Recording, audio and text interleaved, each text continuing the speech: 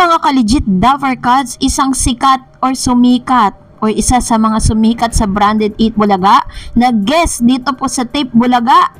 My God, isa na namang nilangaw, ano, ang lahat ng yan. But before that, if you haven't subscribed yet to my YouTube channel, please don't forget to like, share, and subscribe at hit mo na rin ang notification bell for more showbiz updates. And please don't forget to hit all para ikaw ang unang-una makakapanood sa lahat ng ating mga updates. Bago tayo magpatuloy, nais kong magpasalamat sa lahat po ng mga legit viewers, subscribers, and legit Dover Cards na lagi nag-aabang at nakaantabay sa lahat ng ating mga updates. Thank you so much sa inyo pong palagi ang panonood, pagtitiwala at palagian ninyong pagbibigay ng inyong mga reaksyon patungkol dito po sa ating mga updates. Salamat po sa palagiang pagdalaw. At ngayong araw pag-usapan natin ito dahil kahapon pa lang, November 15 ay talagang pinopromote na po nila ang pagbisita nga ng isang napakagaling na singer and girlfriend po yan ni Mr. Rayber Cruz ngayon. So si Miss Julian San Jose na siya daw po ay magigest sa Tape Bulaga ngayong November 16, Thursday 12 noon. Isa rin po si Mr. Gabby Garcia na isa rin sa mga special guest po ngayong araw. And si Miss Julian San Jose kasi, kung mababalitaan po ninyo, nag-guest po yan sa It's Showtime at na ano rin po siya, napili rin siya bilang isa sa mga hurado dito po sa nasabing doon po sa kanilang singing contest, no? And kanina po habang nanonood ako, binisita ko po ito dahil inabangan ko nga kung anong mangyayari. Meron nga bang kakaibang mangyayari kapag nandun si Julian. Pero eto nga, gano'n na naman kung ano po yung natamo ni Miss Vilma Santos and Christopher De Leon na mga bigating aktor at bigating actress na dumalaw dito po. Ganun pa rin, 421 pa rin po katao ang nanonood sa kanila sa iba't ibang platform. Meron lamang pong mas mataas na 1,700, no? Ayan po kasi yung Facebook page po ng Tape Incorporated. Tapos na meron pong 200,000 followers, no? Ewan ko kung active followers ba yan, pero ang balita natin, binili lang nila yan para magkaroon sila ng verified na Facebook page. Uso po yan, kapag hindi na masyadong active yung isang Facebook page, pwede nyong bilhin yan, lalo na't may followers. Tapos ito na nga, no? Dahil po dito, ngayong November 16, dito po sa Eat Bulaga na may 28 million na mga subscribers, meron lamang 1,400 na watching, ano? Dito po yan, dito sa official YouTube account po, si Miss Julian San Jose po yan. And then dito po sa GMA live stream, GMA Kapuso, ginamit din po nila yung kanilang YouTube account kasi ginaya nila yung strategy ng TV5. Kasi ang TV5, nag-live po sila sa TVJ, yung YouTube account po ng TVJ, tapos nagla-live din sila simultaneously sa TV5 Philippines, which is the official YouTube channel naman ng TV5 Philippines. So, ito po yun, no? 1,700 watching doon. Pero, pag dito naman po sa Eat Bulaga, pag meron naman po tayo compare is meron siyang 34,000, while si Miss Julian San Jose ay kumakanta sa kabilang noontime program, commercial break po dito. So, may tendency na pwedeng lumipat or pwede pong manood yung mga ibang tao doon habang kumakanta kung talagang diba, talagang umingay. Pero hindi po kasi nang gano'n, wala pong impact So ito naman pong YouTube channel po naman ng TVJ, may 44,000 watching that time, no? So umabot din ng 100,000 plus ang nanonood po sa lahat ng mga platform online. At kilala natin si Miss Julian San Jose na isa siya sa mga candidate dito po sa Little Miss Philippines.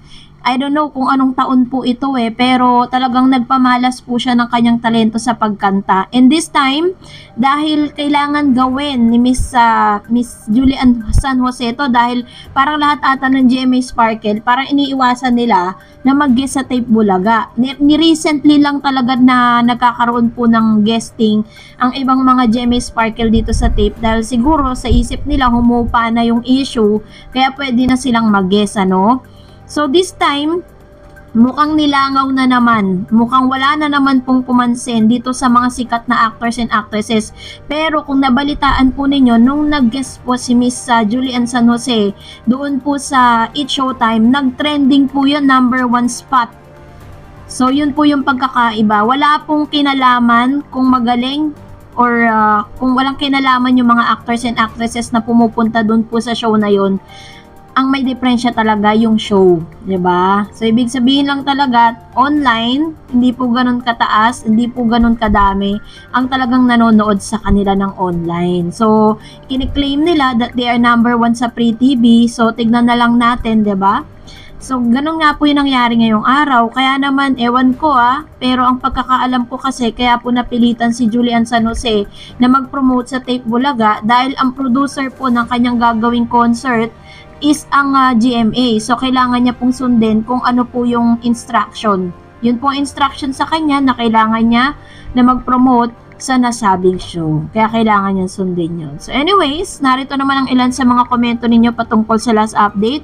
Sabi po ni Solo Flores, good job Miles Ocampo, dyan ka lang bagay sa TVJ, swak na swak ang talent mo dyan. Kung tutuusin, mas magaling kang makipagsabayan ng comedy kina Jose at Wally kaysa kay Maine. Sumikat lang naman si Maine dahil sa Aldab, walang talent sa comedy si Maine. Ay, hindi totoo yan, Ma'am Shi, wag ganon. Corny mga most of the time, mas magaling ka sa comedy kaysa kay Maine. Si Maine kasi minsan maarte, parang pilit ang pagpatawa, samantalang ay hindi po totoo yan. I beg to disagree, Miss Clary Pareno, no? Ano po ako, that's your opinion. Pero para sa amin na mga nakakakilala kay Maine, sumubaybay kay Maine Mendoza, iba po ang galing ni Maine. At masasabi kong may talento talaga siya sa pagpapatawa. Kaya nga maging si JDL, si Mr. Joey De Leon na napakahirap patawanin, napatawa niya eh. Sabi ni Miss Erlinda Montemayor, Miles sa TVJ, may magandang kinabukasan ng karir mo. Stay humble kahit sumikat ka na ng husto. Sabi naman ni user, ikaw po mag-decide Miss Miles, kahit saan magpunta, we always support you dahil napakagaling mo. We proud of you. Always. Ellie Miles forever. Ayan. Ellie and Miles forever. Ayun. Salamat po, Miss Erlinda Montemayor and Miss, etong pong user na to, no? Talagang ang dami pong nagmamahal kay Miles. Kaso nga lang wala siya ngayon dahil may taping po si Miss Miles. Kaya hindi po siya nakarating. Kagabi din, if I'm not mistaken, nandun ba siya sa party na pinuntahan nila ng TVJ? Comment nyo nga sa baba kasi parang hindi ko po siya napansin doon. Ang nakita ko lang si Miss Maine Mendoza, yung mga E80 girls, si Karen, at Asha, tsaka si Raisa, pero wala si Miss Secretary, no? Siguro po meron po siyang taping na kailangan puntahan at kailangan pong unahin, ano? Kaya po ang nasa barangay ngayong araw, November 16, ay walang iba kundi si Ryan Agoncillo. Sabi ni Bonavel, ito ang biggest break ni Miles sa buong karera niya sa show business. Mas makikilala at mas sisikat siya dyan. Sayang-sayang lang ang talento nyo kung lilipat siya sa ibang eksaktong talento at personalidad niya para dyan sa sugod bahay. Ay 100% mag-a-agree ako sa iyo, Miss Bonavel, dahil po totoo po yan. Kitang-kita natin ang ebidensya that Miles Ocampo is really enjoying those times na kasama niya ang TVJ. Na talaga masasabi mo na biggest break niya to kasi the time na naisama siya sa TVJ, mas nakilala siya eh. Nagkaroon nga siya ng pangalan sa YouTube eh. Yung pag hinahanap niyo po ang pangalang Miles Ocampo, lilitaw lahat ng mga tungkol kay Miles. Ganun po katindi yung nagawa sa kanya. Kaya naman salamat sa inyong mga komento. Please mag-comment lang kayo sa comment section natin na related sa ating latest updates. Thank you for watching guys. God bless everyone.